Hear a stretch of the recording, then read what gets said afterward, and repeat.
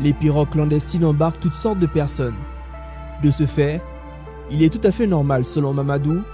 que certains aient des comportements étranges. bi ñu demee ba teer Espagne sama benn xarit dafay sangu mu ngi soloon bu yoroon benn pochette boo xam ne maam Alaaji Malick moo nekk si boor bi nii am na beneen sëriñ bu nekk si boor bi mais xaw ma ko mais sëriñi Tijaan yi la kooku laa xaw a fàtte mais benn ñag moo ko gis kooku ñun ñoo ko yóbbu mu ñëw mu ne ko kii kan la mu nekk kii suma sëriñ la mais Sénégal la dëkk mu nekk kii chaque jour si boppu gaal bi lay fanaan fajar la fi jóge. Au cours de cette traversée, tout peut arriver. Les migrants savent que la faucheuse entre deux vagues peut user de ruses pour arracher des vies. Le navire peut lui aussi disparaître. Expliqué au micro de BBC Mundo, Elena Maleno, porte-parole du groupe Caminado Fronteras, qui surveille les routes migratoires dans la région depuis plus de 20 ans. El Hierro, île submergée par l'arrivée de migrants, est la dernière chance pour ces pirogues de débarquer. Après cette île, il leur faudra traverser 4500 km d'eau avant d'atteindre la terre ferme. Une fois El Hierro dépassé, il est difficile de survivre. La probabilité la plus plausible est la mort. En plus de ces disparitions, s'ajoutent des morts en pirogue. li leen di rey mooy neer ba faatu wala ñu dof ndax am na ñu ci bari ñoo xam ni tiitaange danay dem ba yóbbu seenu fit ba ñu dof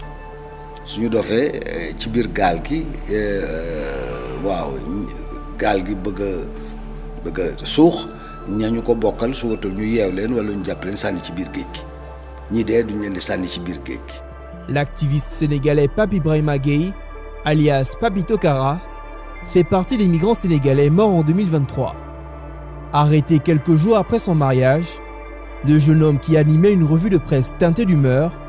a été emprisonné dans l'affaire des unes détournées avec Oudman Diagne du mouvement Kachi Kachi. Inculpé pour diffusion de fausses nouvelles, effacement, modification, fabrication et introduction de données informatiques, le jeune homme qui animait également sa propre chaîne YouTube et sa page Facebook Papito Kara l'officiel a fait 4 mois et 10 jours en prison avant d'obtenir un contrôle judiciaire. C'était le 16 janvier 2023. 10 mois après sa sortie, il a tenté l'aventure espagnole en partant de Cayar. Au 4e jour, il rend l'âme. Un décès confirmé le 1er novembre 2023 par l'avocat français d'Ousmane Sonko, Maître Juan Branco. Papito, qui n'aurait pas supporté le froid, ne foulera jamais le sol espagnol. Derrière lui, il laisse une famille utérine et virtuelle dévastée et une femme inconsolable. Tout comme Papito Kara, beaucoup ont vu cette tentative d'entrer illégalement dans l'espace Schengen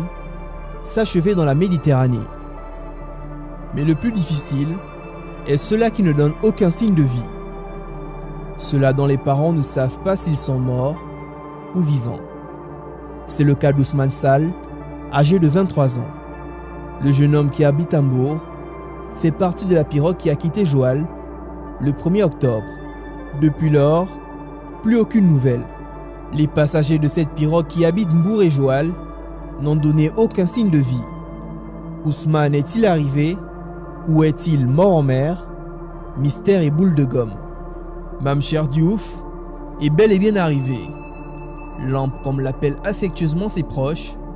est porté disparu depuis son arrivée au port Restenga del Hierro. Plus aucune trace de lui. Maman Amifal a épuisé toutes les larmes de son corps. Chez elle, à Yumbel Komiko, la tristesse couvre les murs de sa maison, hantée par l'absence cruelle de Lampe. Son enfant, un tailleur de 30 ans qui a pris la pirogue depuis le 28 octobre 2023, était cette lumière qui apportait vie et joie au sein de sa maisonnée. Plonger dans l'intimité des migrants disparus en mer est une épreuve difficile. L'émotion est souvent forte. Des larmes s'écrasent facilement et il faut parfois les dissimuler en un battement de cils pour qu'elles ne s'échappent pas des paupières. Ce que la maman de Lampe fera durant tout le long de son récit. sama doom waaw dafa voyagé woon mais bi muy dem nag wax dëgg yàlla tàggoowul woon waaw doon am ay fan nag muy jaawante di ñëw ci kër yi di dem di ñëw mais wax dëgg yàlla taxawul benn yoon ne ma damay dem daal waaw daan naa dégg muy wax ne day dem Maroc nag mais wax dëgg yàlla fan yi muy jaawante yëpp taxawul benn yoon ne ma damay dem fenn léegi nag bi mu ñëwee ba mu dem loolu man ay 3 jours 4 jours ci la sama doom bi jëkkëram woo sama doom ma rakku maam Cheikh bi maam Jaar jëkkëram woo ko daal ne ko lampe de bi muy départ dafa ma envoyé ñaari vocal ne ma dama bëgg nga tàggul ma waa kër gi wax leen ñu defal ma ay ñaan ndax damay am tukki bu may dem te wax dëgg yàlla tàgguwuma dama sañoon ñu defal ma ay ñaan daal léegi nag daal di ko joxaat beneen vocal daal ne ko léegi damaa bëgg mu yem suñu diggante même maam Jaar sa soxna sax bu ko wax dara. Ignorant toujours la destination de Lampe et sans nouvelles de lui, son jeune frère El Hadj s'est rendu chez son ami avec qui il partageait une chambre. ginnaaw sama doom bu góor bi rakkam bu góor bi dem seen kër moom demee seen këru xaritam bi laajte ko bi mu laajtee léegi nag ñooñu ne ko nag xamal ko carrément ne daal dañoo dem te bi ñuy dem ci gaal yi lañ ci nag ci la ñuy doog a xamee ne moom ci gaal la dugg. 7 jours après le départ de Lampe, toujours aucune nouvelle. Son petit frère se rend à nouveau chez les parents de son ami. sama doom bi delluwaat ci kër xarit bi seen mbokk yi te ñoom boobu egg nañ ba xarit bi sax moom boobu moom woo na seen waa kër yi moom fa lañ xamee ne egg nañ bi mu eggee laajte seen waa kër yi ñu ne kooku de xaritam bi de yaayaa moom woote na ne egg nañ bu ñu toogee lu yàgg wu kiiwuñu léegi ci la sama doom bi wootee am ñoo xam numéro yu ñu leen jotoon jox foofu léegi bu ñu laajtee ñu ne leen daal photo yi ñu leen woon daal maanaam yaakaar am na daal ay dese yu amoon ci gaal yoo xam ne yaakaar ne moom ci la bokk. léegi nag bi ñu waxee loolu ñun jour boobu ñun wax dëgg yàlla jàppoon nañ loolu gëmoon nañ loolu ba ñun ñëpp famille bi yëpp commencé woon nañ ba bëggoon ko sax dëjal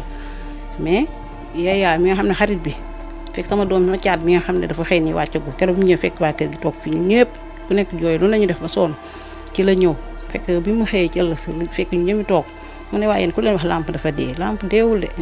dee na mu ne deewul parce que yaayaa xaritam bi moom laa doon jokkal sànq nee na ñun ba ñuy eggee yoruñu woon téléphone seen téléphone dafa yàqu woon léegi yaayaa par la suite la woo seen waa kër ñu envoyé ko xaalis mu jënd téléphone léegi nag mu jëndee téléphone ci la digganteeg sama doom boobu mu ne ko maam Cheikh de deewul parce que ñun bi nga xamante ne waa egg nañ ba teer moom gis na mu sonn ba ambulance ñëw jël ko yóbbu ko nee na moom loolu moom gis na ko moom gis na daal ñu jël ko dugal ko ci ambulance ba yóbbu ko nee na nag moom boobu dafa sonn ba mënut a jóg moom waaye nee na bi ngi gis bi ñu koy yóbbu waaw nee nag boobu nag la taaxalikoo moom nee na boobu la gëj a xam ci moom dara. Depuis lors, plusieurs mois se sont écoulés. ñun boobu léegi mu wootewut deful dara wax dëgg yàlla wootewut moom boobu ma am personne moom boobu tey wootewut waxul dara waaw. suñu benn nga xam ne moom moo ko waroon héberger bàyyi laat moom ma doon dégganteeg waa kii Espagne bi Croix Rouge bi waaw ñoom jotoon nañ ko dalal foofu. ba laajte ko moom ay ak yem ay turam adresse am turu Lampe maam Cheikh dëkk fii ci biir Dakar lépp daal laajte nañu fa ay questions yu bari ci moom mais léegi ñoom par la suite ñoom dañoo waxaat nañu ñoom dañu daal liñ gis dañ ne dafa décédé ndax nee bi mu décédé ñoom dañoo wax nañu ñun comme man ñun ñi nga xam ne ay mbokkam lañ pour ñu mën ñëw woon koor bi dañuy ñëw jël suñu deret def xaw ma test ADN xam ba xam ñun mbokk na ñoom moom ñu doog ñoo mën a woon koor léegi bi ñu waxee loolu ñu bi ñu xëyee wax dëgg yàlla may itam waat naa sama famille bi yëpp tàggewaat leen ko daal tàgg ko suñu groupe yi am yëpp léegi bi ñu waxee loolu ki nga xam ne seen mag la seen doom baay ñu bokk papa léegi daal di woo sëñ Abdou Karim Mbacke nga xam ne moom mooy sëriñam mooy léppam ñoom ñoo nekkoon seen sëriñu papa. premier tàgge bi ñu ko njëkk a tàgg sax bi ñu ko waxee sëñ bi daf nañu léegi ñoom est-ce que ñoom ñi wax ne dee na dañ koo gis waa illaa mën nañoo jox benn preuve bu leer bu woon ne dafa dee ñu doog koo mën a dëjal nee nañ gën a def ay gëstu. ñu def par la suite ñu tàggewaat ñu beneen tàgge bu mujj bi ko seen frère boobu waxaatee sëñ bi dana leen may leen ñu def ay gëstu moom sax am na ay taalibeem yu waxoon foofu ñu xoolal ko mais par la suite bi ñu ko waxee bàyyi laan moom mu ne waa loolu du mën a nekk parce que loolu day jël temps te loolu dafa cher patati patata wax daal ndax moom dafa njëkk nañu gis nañ koor léegi par la suite mu wëlbatikuwaat ne ñun loolu day yéex day jël temps léegi nag ci la famille bi ne nag loolu wóor comme moom nee na gis na koor ba yàgg mu wëlbatikuwaat di wax loolu nan gën a def ay recherche sëriñ moom bi ba léegi mu ne moom daal mënagul nangu ne dee na te gisuñu koor te gisuñu kenn ku gis mën a certifié ne daal gis nañ ne moom dee na ñu daal ñoom nañ gën a def suñu recherche xool. Allant de marabout en marabout, ces derniers donnent espoir à cette pauvre mère qui ne veut qu'une chose, retrouver son fils. waaye wax dëgg yàlla képp ku nu ma sa seetal lu ëpp na 20 sëriñ ku ñu seetal dañu naan gisuñu mu faatu mi ngi dund mais dafa am fu ñu ko téye ñun loolu la ñuy wax gisuñu mu faatu waaye fi mu nekk dañ ko faa téye sagoom bàyyi ko fa bëgg na woote waaye mënul woote waaw am na sax ku ñu wax ne fa mu nekk dañ mel ni dañ ko dafay liggéey daal dañ koy liggéeyloo ñu ne nag feebaroon na mais tane na léegi fi mu njëkkoon nekk sax déplacé nañ ko ba bu ko feneen moo xam ne yaakaar nañ ne ci côté île yi daal la nekk waaw dañu daal ci côté île yi nekk foo xamante ne nii daal nekkul ci biir dëkk bi dafa wéet waaw dañuy wax ne nag foofu genre kii la yoo xam ne daal ñoom bëgguñu xale yi daal di am benn rapport ak seeni mbokk pour mën a woote pour mën a wax ak ñoom mais day mel ni ñoom dañ leen di liggéeyloo foofu daal dañ leen yor foofu di leen fa liggéeyloo ñun nag loolu la ñuy wax te wax dëgg yàlla ñi ni wax ñëpp borom xam-xam bu ñu ne kii lu mu la wax gëm ko ku ñu dem loolu la ñuy wax waaw moo tax ñun nag ba léegi ñuy wax di xaw a dese dundee yaakaar tuuti daal waaye wax dëgg yàlla moom tàggee nañu ko moom ñaari yoon moom waaw tàggee nañu ko ñaari yoon wax dëgg yàlla metti na moom ndax da ngay lekk ba yàgg sax sa xel ni ci moom doo bëgg si lekk dara ndax xamoo ma ngay lekk ngay nelaw ba yàgg nga tiite si nelaw da ngay jug toog xamoo ma ngay nelaw xamoo fu mu nekk xamoo ci lan la nekk nga xam bu dee woon sax ñoo xam ne kii dee na ñu ñaanal ko mais dut bi na ci diggante bi moo tax mu metti ñi naan dee na ñi naan deewul mais ñun dañoo amul exact ndax dee na wala deewul waaw loolu daal moo metti moom waaw xanaa ñu dimbale ñu rek gëstul ñu rek parce que ñu ngi wax naan foofu noonu am na côté yoo xamante ne dégg naa ñu naan am na foo xam ne xale yi ñu ngi leen fay dajale rek ay camp de concentration yoo xam ne dégg naa nee nañ kenn amul fa accès kenn mënul dem ba xam fa benn information ñu dimbali ñu rek ci gëstu yi rek parce que tamit ñu bëri cas yu mel nii bëri na fi ñoo xam ne nii dajal nañ seeni doom ay at ñu mujj feeñ am ñoo xam dajal nañ seen doom ay 6 mois ay 4 mois ay 3 mois ñu mujjee feeñ espoir boobu nag lañ am ba léegi rek parce que comme gis nañ ñu mel noonu ma sa am rek moo tax ñuy yaakaar. man de gis naa yaay toog di jooy doom tamit gis naa baay toog di jooy doom alalu àdduna bu la ko jaral doom